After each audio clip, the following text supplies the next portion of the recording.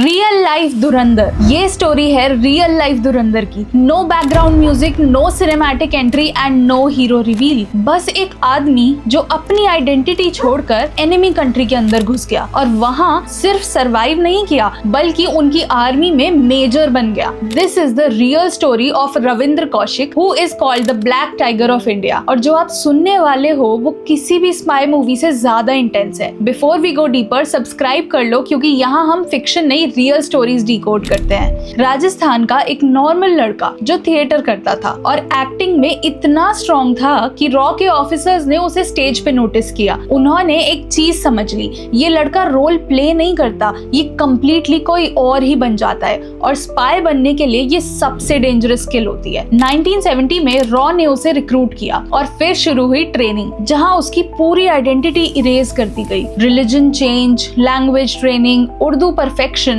Pakistan lifestyle, behaviour, सब कुछ, even physical transformation तक किया गया ताकि कोई भी डाउट ना रहे। फिर एक दिन उसे इंडिया से भेजा गया और ऑफिशियली वो कभी वापस नहीं आया। पाकिस्तान में उसकी नई आइडेंटिटी थी नाबी अहमद शकीर। उसने कराची यूनिवर्सिटी में एडमिशन लिया, लॉ पढ़ा, लोकल्स के साथ मिक्स हुआ, शादी की एंड फैमिली भी बनाई। सोचो, वो सिर्फ स्पाई नहीं था, वो एक पूरी लाइफ जी रहा था एज समवन एल्स। और फिर उसने पाकिस्तानी आर्मी ज्वाइन की और यहाँ से स्टोरी धुरंधर से भी ज्यादा इंटरेस्टिंग हो जाती है। रविंद्र कौशिक पाकिस्तानी आर्मी में मेजर बन गया। एनिमी कंट्री के आर्मी के अंदर एक इंडियन स्पाई और वो भी मेजर रैंक पे। और सालों तक वो इंडिया को क्रिटिकल इंटेलिजेंस भेजता रहा जिसमें होते थे military plans, movements, sensitive information. India के लिए ये सब गोल्ड था, इतना valuable that he was named the black tiger of India. लेकिन हर मिशन में एक रिस्क होता है और यहाँ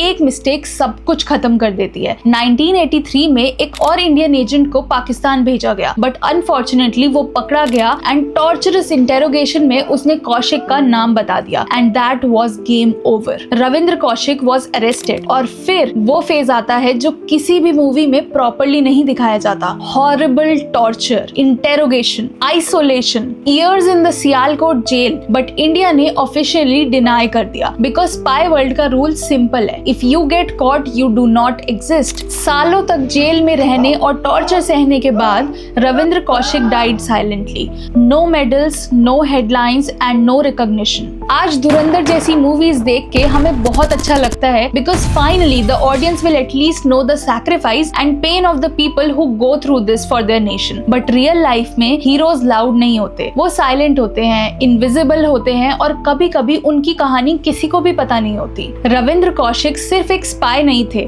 वो एक आदमी थे जिसके पास वापस आने का ऑप्शन ही नहीं था बट फिर भी उन्होंने जाना चूज किया। तो नेक्स्ट टाइम जब धुरंधर जैसी ब्रिलियंट मूवीज को आप अप्रिशिएट करें तो एक बार ब्लैक टाइगर जैसे फॉरगॉटन स्पाइस को भी याद करना ना भूलें बिकॉज रियल धुरंधर शायद स्क्रीन से ज्यादा हिस्ट्री में छुपे हुए हैं। क्या आप ब्लैक टाइगर ऑफ इंडिया के बारे में जानते थे? कमेंट्स में बताओ। और अगर ऐसी रियल हिडन स्टोरीज देखनी है तो सब्सक्राइब कर लो बिकॉज कुछ कहानियां सिर्फ कहानियां नहीं होती हैं, वो सैक्रिफाइसेस होती हैं। I am Shubhi and I will see you in the next one.